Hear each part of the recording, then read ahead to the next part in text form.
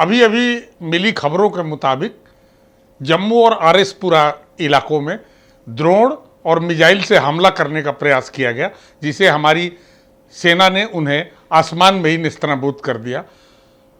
आज एयरपोर्ट पर भी धमाके की सूचना मिली। एयरपोर्ट मतलब जम्मू एयरपोर्ट पर पाकिस्तान से सटे गुजरात, राजस्थान, पंजाब और जम्मू कश्मीर के इलाकों में ब्लैकआउट किया गया।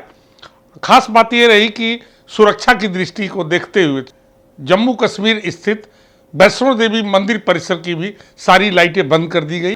वहीं आज शाम प्रधानमंत्री ने थल सेना अध्यक्ष को बुला करके गंभीर मंत्रणा की है और उस मंत्रणा से जहां तक मुझे जानकारी मिल रही है कि आज रात को कुछ बड़ा होने वाला है और आज ही रात को जो 12 और ठिकाने हैं जहां पर उग्रवादियों को संरक्षण मिलता है, ट्रेनिंग मिलती है, उसे नेस्तनाबूद कर दिया जाएगा। ये खबरें आपको सुबह सुनाई देगी।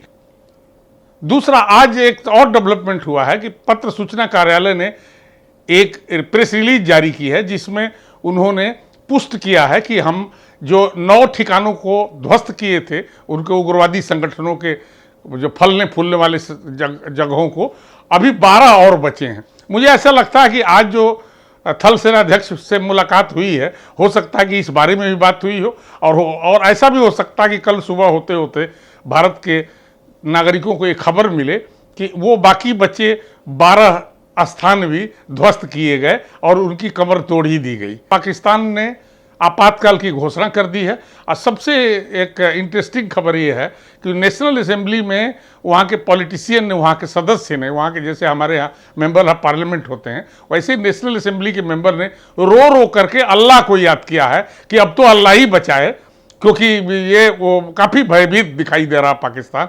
अब आप कल्पना करें कि जहाँ आपके सांसद को ही रो रो के अल्लाह को याद करना पड़ता है तो वो उसकी दुर्गति तो होना निश्चित है। घोषणा पाकिस्तान में और सांसद का रो रो करके बयान देना अपने आप में कम बड़ी खबर नहीं है। आज प्रधानमंत्री ऑल पार्टी मीटिंग में शामिल नहीं हुए, उसके पीछे एक और नीति थी। प्रधानमंत्री की अपनी व्यस्तता थी कि वो सभी विभागों के सचिवों से मंत्रणा करके, और चूंकि ऐसी वार लाइक सिचुएशन और जब खुल्लम खुला वार हो जाएगा तो सभी मंत्रालयों का कोऑर्डिनेशन आवश्यक होता है।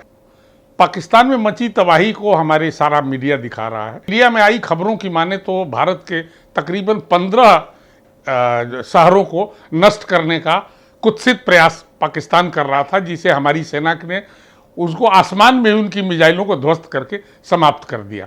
हाँ, इसका असर हुआ है क्योंकि जब कॉन्फ्लिक्ट हो रहा है, वार लाइक सिचुएशन है, तो वहाँ के स्कूल कॉलेज को कुछ दिनों के लिए बंद कर दिया गया है और शहरों में बहुत सुनसान शहर दिखाई दे रहे हैं कि लोग अपनी सुरक्षित जगहों में बैठे हैं। जो बिल्कुल करीब के शहर हैं बॉर्डर लाइन के, उनको ऐसा करना अभी सरकार का ही कदम होता है। उनको सूचनाएं दी जाती, उनको बताया जाता है कि सुरक्षा इसी में है कि आप लोग चहल पहल ना करें। हालांकि डरने और चिंता करने की कोई बात नहीं है, क्योंकि हमारा जो सिस्टम है डिफेंस का बहुत ही स्ट्रांग है। पाकिस्तान कहीं नहीं टिकेगा, लेकिन फिर भी एहतियात के तौर पर पैनिक से बचाने के लिए जरूरी है कि युवाओं को घर में बैठा दिया जाए, स्कूल कॉलेज बंद कर दिए जाए। तो शहर बहुत व्यस्ततम है। आज वहाँ पर सन्नाटा दिखा। मीडिया में कुछ इस तरह के वीडियो और तस्वीरें भी देखने को मिली है। आज मीडिया में सबसे खास तस्वीरें टेलीविजनों में चल रही है, जो उनके जो तहस नहस किए गए दृश्यों को आज मीडिया को मिल गया है, जो दिखाने जा रहा है। कुछ कॉपीराइट के मसले होते हैं, इसलिए हम किसी और दूसरों की वीडियो को आपके सामने नहीं दे सकते, लेकिन आप इतना ही हम आपको कह सकते हैं कि हमारे पीछे चल रहे टेलीविज़न से भी आपको काफ़ी कुछ जानकारी मिल सकती है। ऑल पार्टी मीटिंग में प्रधानमंत्री के नहीं होने पर कांग्रेस ने थोड़ा ऐतराज़ की तरह ही बोला है, क्योंकि उसके अध्यक्ष मल्लिकार्जुन खड़गे ने भी कहा है कि वो पिछली मीटिंग में भी नहीं रहे, इस मीटिंग में भी नहीं रहे। हालांकि सभी लोग जानते हैं, वो लोग भी जानते हैं कि प्रधानमंत्री के पास ऐसी बार जैसी सिचुएशन में तमाम चीज़ें, तमाम तरह की मीटिंग होती है और इस मीटिंग के लिए तो रक्षा मंत्री ही काफ़ी थे।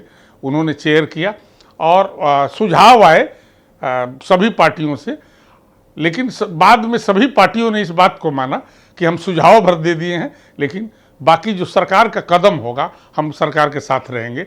तो ये एक अच्छी बात है और ऐसी हर सिचुएशन में अलग तरह का दृष्टिकोण रखना, अपनी अपनी बात कहना बार बार विरोध करना ये उचित नहीं होता। आज उसका परिचय अपोजिशन ने भी दिया है। पूरा अपोजिशन सरकार के साथ होने का मतलब है सरकार को ताकत मिलती है। प्रेस रिलीज में ये भी कहा गया है सरकार ने कि मनगढ़ंत खबरें और बिना पुष्ट की हुई खबरों से बचना है मीडिया को। इसका ध्यान रखते हुए ही मीडिया काम करे तो बेहतर होगा और हमें उम्मीद है कि मीडिया इसका पालन भी करेगा और हम अपने चैनल पर भी इसका पूरा ध्यान रखेंगे कि हम इस तरह की मनगढ़ंत और भड़काऊ तरह की खबरें न भेजें। आज इसी के साथ हम इसको समाप्त करते हैं और हम इस पर कड़ी नज़र बनाए हुए हैं। हम खबरों से अवगत होंगे और आपके सामने सूचनाएं देते रहेंगे। धन्यवाद।